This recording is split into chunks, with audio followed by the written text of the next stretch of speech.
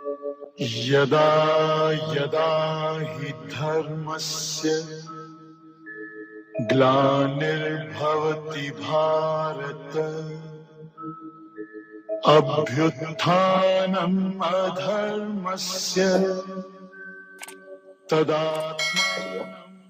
എല്ലാവർക്കും നമസ്കാരം. ശ്രീമദ് ഭഗവത്ഗീതയുടെ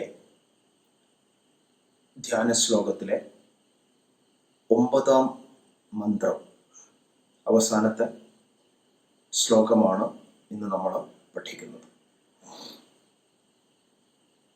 വളരെ ശ്രദ്ധേയമായ, വളരെയധികം സൂക്ഷ്മാർത്ഥമുള്ള, ഗൂഢാർത്ഥമുള്ള ഒരു മന്ത്രമാണിത്. ഈ മന്ത്രത്തെ അതിൻ്റെ യഥാർത്ഥ അർത്ഥത്തോടു കൂടി തന്നെ മനസ്സിലാക്കുമ്പോഴാണ് ഗീതാസ്വാധ്യായത്തിലേക്ക് പ്രവേശിക്കാനുള്ള നമ്മുടെ യോഗ്യതയുടെ മാനദണ്ഡമായിട്ട് വേണമെങ്കിൽ പറയാവുന്നത്. നോക്കൂ. യം ബ്രഹ്മാ വരുണേന്ദ്രരുദ്രമരുത സ്തുന്വന്തി ദിവ്യൈസ്തവൈ വേദൈ സാംഗപദക്രമോപനിഷദൈ ഗായന്തി യം സാമകാ ധ്യാനാവസ്ഥിത തദ്ഗതേന മനസാ പശ്യന്തി യം യോഗിനോ യസ്യാന്തം ന വിദുഃ സുരാസുരഗണാ ദേവായ തസ്മൈ നമഃ. യം ബ്രഹ്മ വരുണ ഇന്ദ്ര മരുതഃ.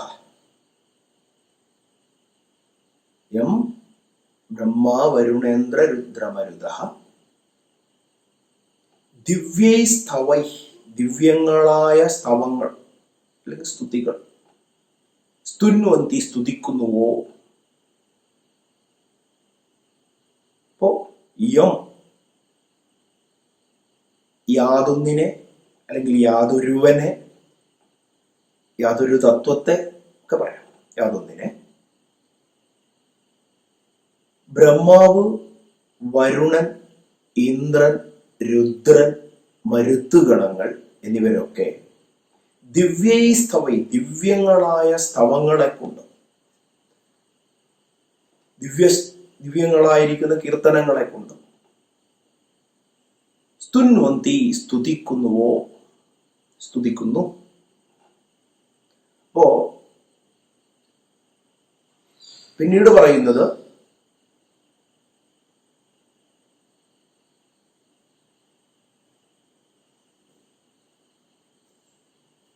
ബ്രഹ്മാവ് തുടങ്ങിയിരിക്കുന്ന ദേവന്മാർ. അപ്പൊ ബ്രഹ്മാവ് ഈ ദേവഗണത്തിൽ പ്രഥമ സ്ഥാനത്ത് നിൽക്കുന്നു. അപ്പോൾ ഈ ദേവ സമൂഹത്തിന്റെ മുഴുവൻ പ്രതിനിധിയായിട്ടാണ് ഈ വരുന്നത്.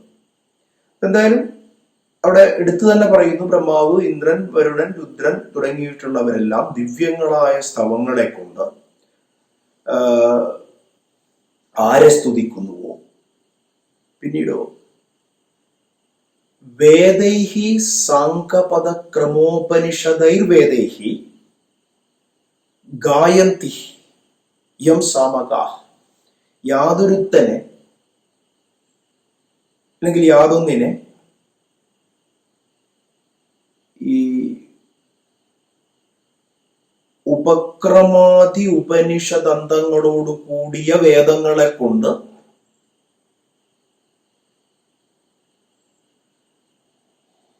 കീർത്തനം ചെയ്യപ്പെടുന്നുവോ, പാടപ്പെടുന്നുവോ. ഗായന്തി എന്നാണ് പാടപ്പെടുന്നത്. അതായത് ഉപനിഷത്ത് മുതൽ, ഉപക്രമം മുതൽ ഉപനിഷത്ത് വരെയുള്ള വേദം. പിന്നെ പറഞ്ഞിരിക്കുന്നത് സാംഗപദം എന്നാണ്. അംഗം, എല്ലാ അംഗങ്ങളോടും കൂടി. അപ്പോൾ വേദത്തിന്റെ വേദ പഠനവുമായി ബന്ധപ്പെടുത്തിയിട്ടുള്ള ഒരു സങ്കല്പമാണ്. വേദാധ്യായനത്തിന് പോകുന്നതിന് അല്ലെങ്കിൽ തുടങ്ങുന്നതിന് മുമ്പ് 6 വേദാംഗങ്ങൾ അറിഞ്ഞിരിക്കണം എന്നാണ്. ശിക്ഷ, കൽപ്പം, വ്യാകരണം, നിരുക്തം, ഛന്ദസ്, ജ്യോതിഷം. ഈ 6 വേദാംഗങ്ങളോടും ഉപക്രമം മുതൽ ഉപനിഷത്ത് വരെയുള്ള ഭാഗങ്ങളോട് അല്ലെങ്കിൽ ഉപക്രമം മുതൽ ഉപനിഷത്ത് വരെയുള്ള വേദം എന്ന് പറയുന്നു. അപ്പോ വേദത്തിന്റെ ഒരു ശാഖാ വിഭാഗം അല്ലെങ്കിൽ ഒരു വിഭജനം എന്ന് പറയുന്നത് സംഹിത, ബ്രാഹ്മണം, ആരണ്യകം, ഉപനിഷത്ത് എന്നിവയാണ്.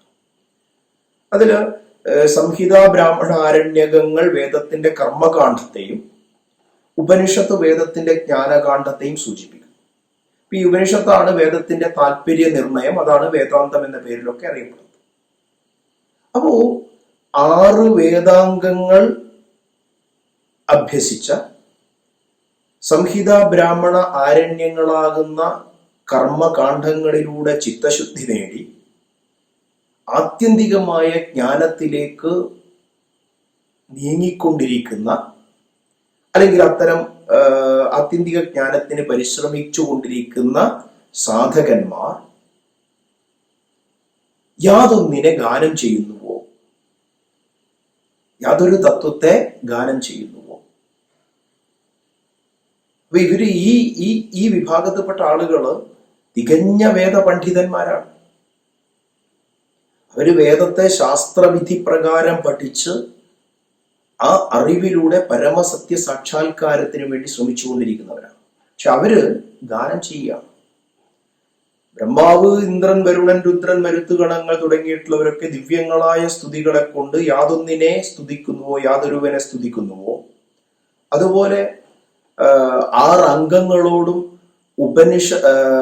ഉപക്രമം മുതൽ ഉപനിഷത്തു വരെയുള്ള സമഗ്രമായ വേദാധ്യായനത്തിലൂടെയും വേദ പണ്ഡിതന്മാർ, വേദജ്ഞന്മാർ യാതൊന്നിനെ ഗാനം ചെയ്യുന്നുവോ?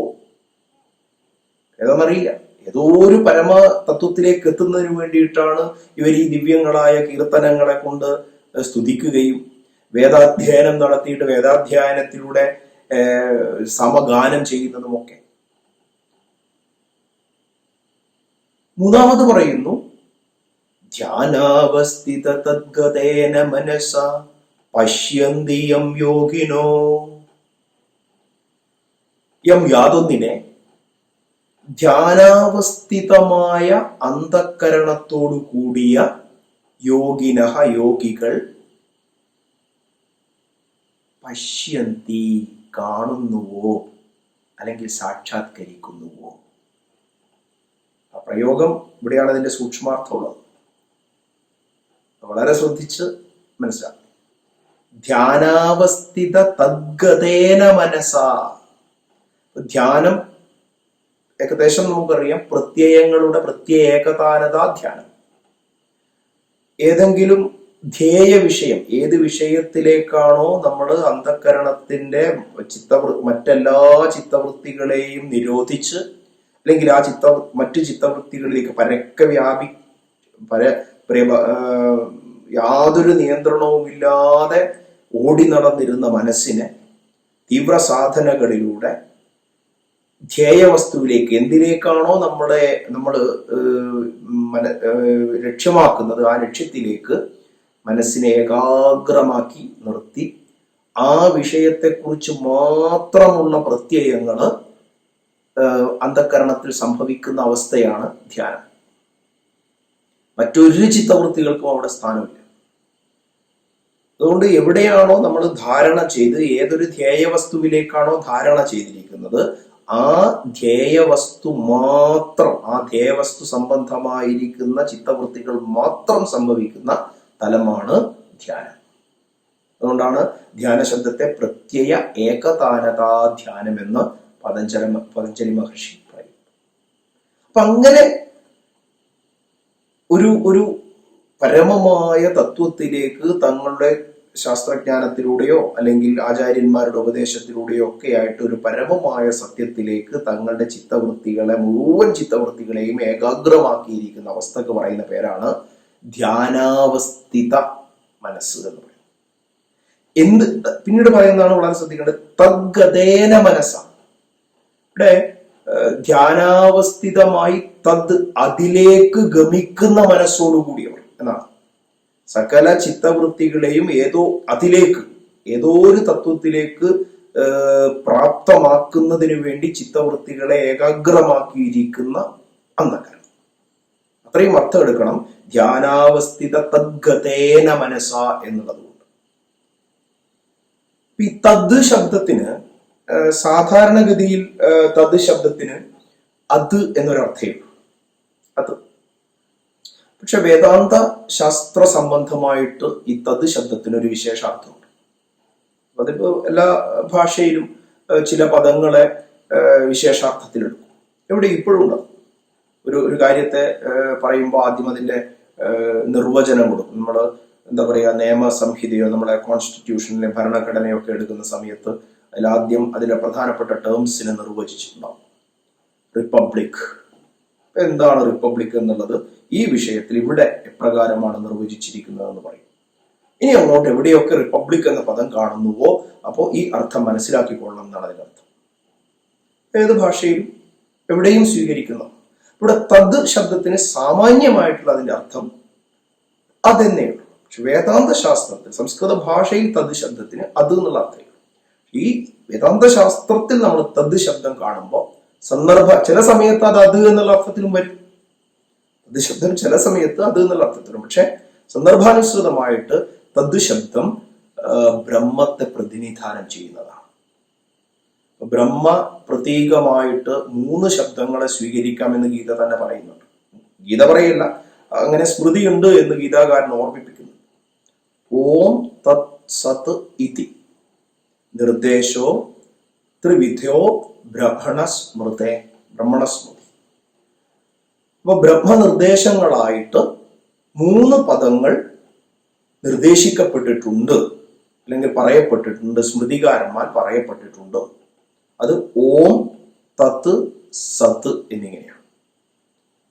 ഓം എന്നും തദ് എന്നും സദ്ദും കണ്ടു കഴിഞ്ഞാൽ സന്ദർഭാനുസൃതമായി നമ്മൾ ബ്രഹ്മശബ്ദം മനസ്സിലാക്കണം.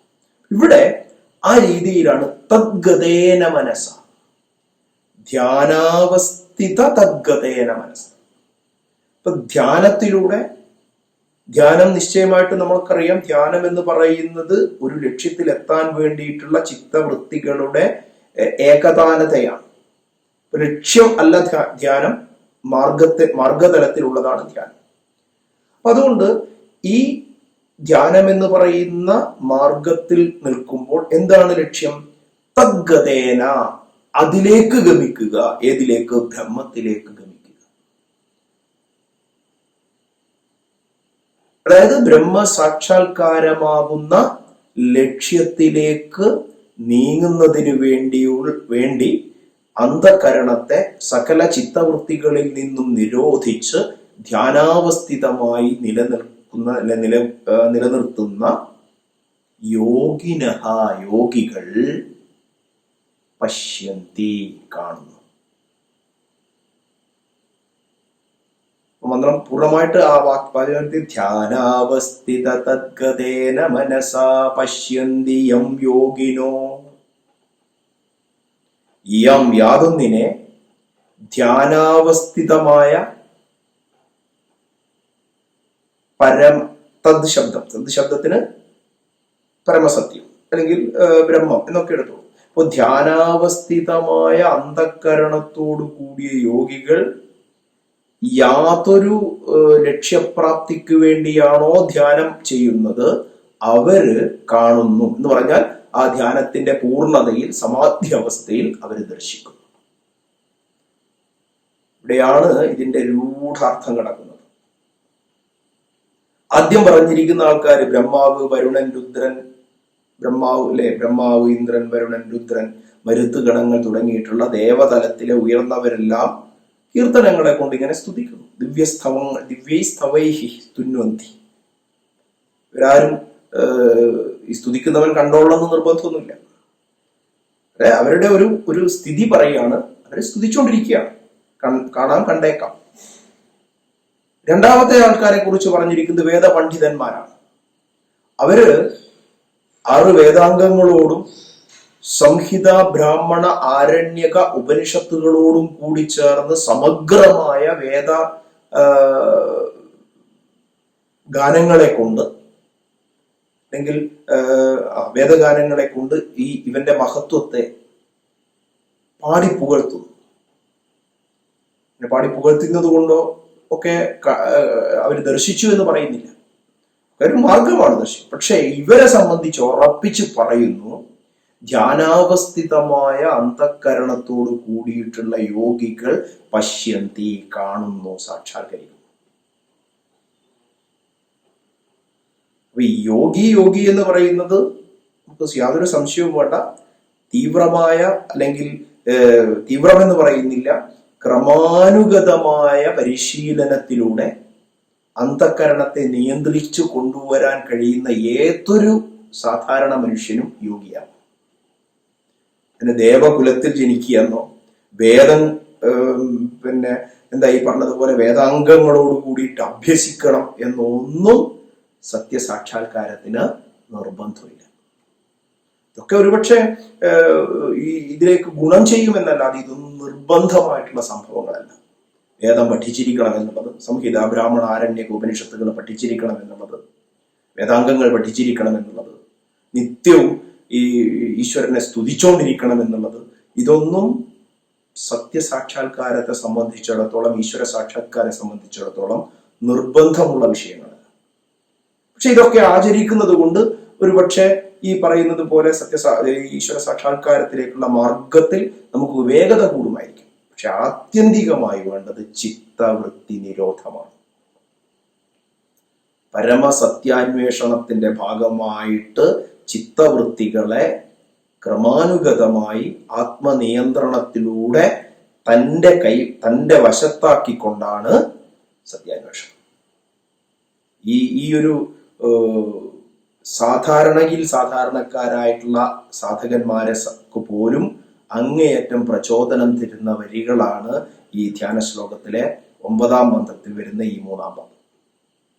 ധ്യാനാവസ്ഥിത തത്കഥേന മനസായം പശ്യന്തിയം യോഗിനോ. ഏതിനെ? ഈ ധ്യാനാവസ്ഥിതമായ മനസ്സോടു കൂടിയ യോഗികൾ എന്തിനെയാ കാണുന്നത്? ഈ ദേവഗണങ്ങൾ മുഴുവൻ സ്തുതിക്കുന്ന, വേദപണ്ഡിതന്മാർ പാടിപ്പുകഴ്ത്തുന്ന ആ സത്യത്തെ യോഗികൾ ദർശിക്കുന്നു. എന്നിട്ട് പറയാണ്, യസ്യാന്തം നവിതു സുരാസുരഗണ ദേവായ തസ്മൈ നമഃ. യസ്യ അന്തം, യാതൊന്നിന്റെ അന്തം എന്ന് പറഞ്ഞാൽ അവസാനം എന്ന് പറഞ്ഞാൽ അതിന്റെ മഹിമ, അതിന്റെ തീർപ്പ് കൽപ്പിക്കൽ. യാതൊന്നിന്റെ അന്തം ന വിദുഹു, അറിയുന്നില്ലയോ, ആരാൽ പോലും, ദേവാസുരഗണൈഹി, ദേവന്മാരാലും അസുരന്മാരാലും യാതൊരു, ഇപ്പൊ മനുഷ്യരെ 3ആയിട്ടാണല്ലോ തിരിക്കുക, ദേവന്മാര്, ദേവഗണം, മനുഷ്യഗണം, അസുരഗണം, ഇങ്ങനെയാണല്ലോ നമ്മുടെ ഈ എന്താ പറയാ ജന്മനക്ഷത്രത്തിന്റെ ഒക്കെ അടിസ്ഥാനത്തിൽ 3 ഗണങ്ങളാണ്, ദേവന്മാര്, അസുരന്മാര്. ഇത് ഇപ്പൊ പറഞ്ഞതുകൊണ്ട് ഇനി നക്ഷത്രം പരിശോധിച്ചിട്ട് ഞാൻ ദേവഗണത്തിൽപ്പെട്ടതാണ്, ഞാൻ അസുരഗണത്തിൽപ്പെട്ടതാണ്, അതുകൊണ്ട് എനിക്ക് സത്യസാക്ഷാത്കാരം ഇല്ല എന്നൊന്നും ചിന്തിച്ചേക്കരുത്. വളരെ വ്യക്തമായിട്ട് പറയും. പൊതുവെ മനുഷ്യനെ അവന്റെ ഘടനാനുസൃതമായിട്ട് പറയുന്ന 3 എണ്ണാണ്: ദേവഗണത്തിൽപ്പെട്ടവര്, അസുരഗണത്തിൽപ്പെട്ടവര്, മനുഷ്യർ, സാധാരണ മനുഷ്യർ. അപ്പൊ യാതൊന്നിനെ ഇവിടെ ഇത്രയും ഉദ്ദേശിക്കുന്നുള്ളൂ. ഈ പറയുന്ന ഏത് സംസ്കാരത്തിൽ പിറന്നിരിക്കുന്നവനാണെങ്കിൽ പോലും സാധനകളിലൂടെ, ധ്യാനം എന്ന് പറയുന്ന ഒരു പ്രക്രിയയിലൂടെ കടന്ന് ഏതൊരു വ്യക്തിക്കും ഈ പരമമായ സത്യസാക്ഷാത്കാരം സാധ്യമാണ്. അപ്പൊ ഏതൊരു തത്വത്തെയാണ്, യാതൊന്നിനെയാണോ യോഗികൾ ധ്യാനാവസ്ഥിതമായ അന്തഃകരണത്തിൽ ദർശിക്കുന്നത്, അതിനെ യസ്യ അന്തം, യാതൊന്നിന്റെ അന്തം, ന വിദുഹു, അറിയുന്നില്ല, ആരാൽ പോലും, ദേവാസുരഗണൈഹി, ദേവന്മാർക്കും അസുരന്മാർക്ക് പോലും എന്താണെന്ന് തീർപ്പ് കൽപ്പിക്കാൻ കഴിയാത്ത ഒരു സ്ഥാനത്തെ, അല്ലെങ്കിൽ ഒന്നിനെ ധ്യാനാവസ്ഥിതമായ മനസ്സോടു കൂടിയിരിക്കുന്ന, അന്തഃകരണത്തോടു കൂടിയിരിക്കുന്ന യോഗികള് ദർശിക്കുന്നു. ഇപ്രകാരം യോഗികളാൽ ദർശിക്കപ്പെടുന്ന ആ ഒരു ദേവൻ, തസ്മൈ ദേവായ നമഃ, അപ്രകാരമുള്ള ദേവനായിക്കൊണ്ട് നമസ്കാരം. സൂക്ഷ്മമായിട്ട് അർത്ഥം ചിന്തിച്ചു കഴിഞ്ഞാൽ ഈ പറഞ്ഞതൊക്കെ വെച്ച് മനസ്സിലാക്കി കഴിഞ്ഞാൽ ആൾക്ക് എല്ലാവർക്കും മനസ്സിലാക്കാം, നമസ്കരിക്കുന്നത് തന്നിലുള്ള ജീവചൈതന്യത്തെയാണ്, താനാകുന്ന ആത്മചൈതന്യത്തെയാണ് ഇവിടെ നമസ്കരിക്കുന്നത്. അപ്പൊ മറ്റൊരാളോട് കാണുമ്പോൾ നമസ്കാരം പറയുന്നതോ എന്നിലുള്ള ആത്മചൈതന്യവും നിന്നിലുള്ള ആത്മചൈതന്യവും വ്യത്യസ്തമല്ല എന്നറിയുന്നത് കൊണ്ട്, രണ്ടും രണ്ടല്ല എന്നറിയുന്നത് കൊണ്ട് പിന്നെ വ്യാവഹാരികമായ തലത്തിൽ പറയുന്നു എന്ന് മാത്രം, അല്ലാതെ പറയേണ്ട കാര്യമില്ല. ഏകത്വ ദർശനത്തിൽ തത്രക്കോ മോഹക്കശോക ഏകത്വമനുപശ്യത പശ്യതി, ഞാൻ രോഗവ്യവഹാരത്തിൽ പറയും. അപ്പൊ ഇവിടെ ആ വിഷയത്തിലേക്ക് നമുക്ക് വരാം. ഇവിടെ മനസ്സിലാക്കേണ്ട പ്രധാനപ്പെട്ട വിഷയം ഇതാണ്. ഈശ്വര സാക്ഷാത്കാരത്തിന്റെ ഏറ്റവും ഋജുവായ മാർഗം, സത്യാന്വേഷണത്തിന്റെ മാർഗത്തിലുള്ള ഏറ്റവും ഋജുവായ മാർഗം ചിത്തവൃത്തി നിരോധനമാകുന്ന യോഗമാകുന്നു. അന്ധകരണത്തെ പല വഴി കൂടുന്നതിൽ നിന്ന് നിയന്ത്രിച്ച് ധ്യാനാവസ്ഥിത തദ്ഗതേന മനസ്സ, അതാണ് നമ്മൾ നേടിയെടുക്കേണ്ടത്.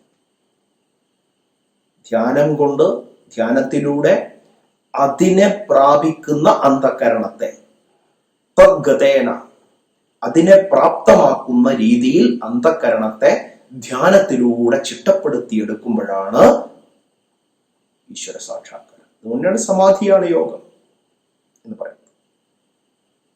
വളരെ ശ്രദ്ധിച്ച് ഈ ശ്ലോകം അനുസന്ധാനം ചെയ്യുക. ആർക്കാണ് ഈശ്വര സാക്ഷാത്കാരത്തിനുള്ള യോഗ്യത എന്ന് ചോദിച്ചാൽ അത് യോഗിക്കാണ്. യോഗിയാവാൻ ആർക്കും കഴിയും. ആർക്കും കഴിയുന്ന പറഞ്ഞാൽ എളുപ്പത്തിൽ കഴിയുന്നുള്ള അർത്ഥത്തിലല്ല. അതിൻ്റെതായ ചിന്താ പദ്ധതികളും അതിൻ്റെ ക്രമപ്പെടുത്തലുകളും ഉണ്ട്. ആ ചിന്താ പദ്ധതികളും ക്രമപ്പെടുത്തലുകളും ഒക്കെയാണ് ഗീതയിൽ വിവരിച്ചു വരുന്നത്. എങ്ങനെ? പ്രായോഗികമായ ജീവിതത്തിൽ ഭൗതികമായിരിക്കുന്ന ഈ ഇഹലോകത്തിലെ സകല വ്യവഹാരങ്ങളും സകല ദ്വന്ദ്വങ്ങളോടും ബന്ധപ്പെട്ട് പ്രവർത്തിക്കുമ്പോൾ തന്നെ ധ്യാനാവസ്ഥിത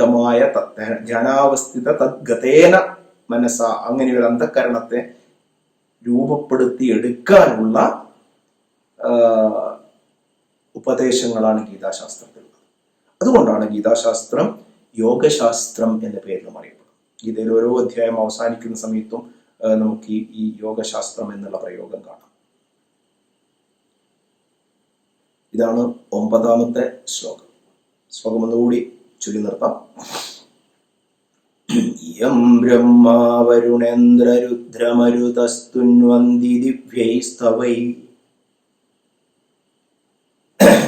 വേദൈ സാംഗപദക്രമോപനിഷദൈർഗായന്തി യം സാമകാ ധ്യാനാവസ്ഥിത തദ്ഗതേന മനസാ പശ്യന്തി യം യോഗിനോ യസ്യാന്തം ന വിദു സുരാസുരഗണാ ദേവായ തസ്മൈ നമഃ. ഈ 9 ശ്ലോകങ്ങൾ ആണ് ധ്യാന ശ്ലോകം എന്ന പേരിൽ പ്രസിദ്ധം. അടുത്ത ക്ലാസ് മുതൽ നമ്മൾ ഗീതയുടെ അർജുന വിഷാദ യോഗം എന്ന് പറയുന്ന 1ാം അധ്യായത്തിൽ ഗീതയിലേക്ക് പ്രവേശിക്കുകയാണ്. ഒന്നുകൂടി ഓർമ്മിപ്പിക്കുന്നു, സ്വാധ്യായത്തിലേക്ക് പ്രവേശിക്കുന്നതിന് മുമ്പ് 9 ശ്ലോകങ്ങൾ ഒന്ന് ചൊല്ലി മനസ്സിനെ ഗീതയിലേക്ക്, മറ്റ് പല വഴിക്ക് പോകുന്ന ചിത്തവൃത്തികളിൽ നിന്ന് ചിത്തവൃത്തികളെ ഗീത എന്ന് പറയുന്ന ഒന്നിലേക്ക് ഒരു 20 മിനിറ്റ് അല്ലെങ്കിൽ അരമണിക്കൂർ കേന്ദ്രീകരിക്കുന്നതിന് വേണ്ടി, മനസ്സിനെ ഒന്ന് പാകപ്പെടുത്താൻ വേണ്ടിയിട്ട്, രൂപപ്പെടുത്താൻ വേണ്ടി ഈ ധ്യാന ശ്ലോകം ചൊല്ലിയതിന് ശേഷം ക്ലാസ്സിലേക്ക് പ്രവേശിക്കുക. ഓർമ്മിപ്പിക്കുകയാണ്, ധ്യാന ശ്ലോകം ഗുരു ശിഷ്യന്മാർ ഒന്നിച്ച് ചൊല്ലേണ്ടതാണ്. പക്ഷെ ഇവിടെ നമ്മളെ സംബന്ധിച്ച് അതിൻ്റെ ഒരു പ്രായോഗിക ബുദ്ധിമുട്ടുള്ളത് കൊണ്ട് കാലാനുസൃതമായി നമ്മൾ അങ്ങനെ ഒരു തീരുമാനം എടുക്കുകയാണ്. അതുകൊണ്ട് ധ്യാന ശ്ലോകം ചൊല്ലിയതിന് ശേഷം ക്ലാസ്സിൽ അറ്റൻഡ് ചെയ്യുന്ന ഒരു സമ്പ്രദായത്തെ, ഒരു ശുദ്ധമായ സമ്പ്രദായത്തെ പിൻപറ്റാൻ എല്ലാവരും ശ്രമിക്കണമെന്ന് മാത്രം അപേക്ഷിക്കുന്നു. നിർത്തട്ടെ. നന്ദി, നമസ്കാരം.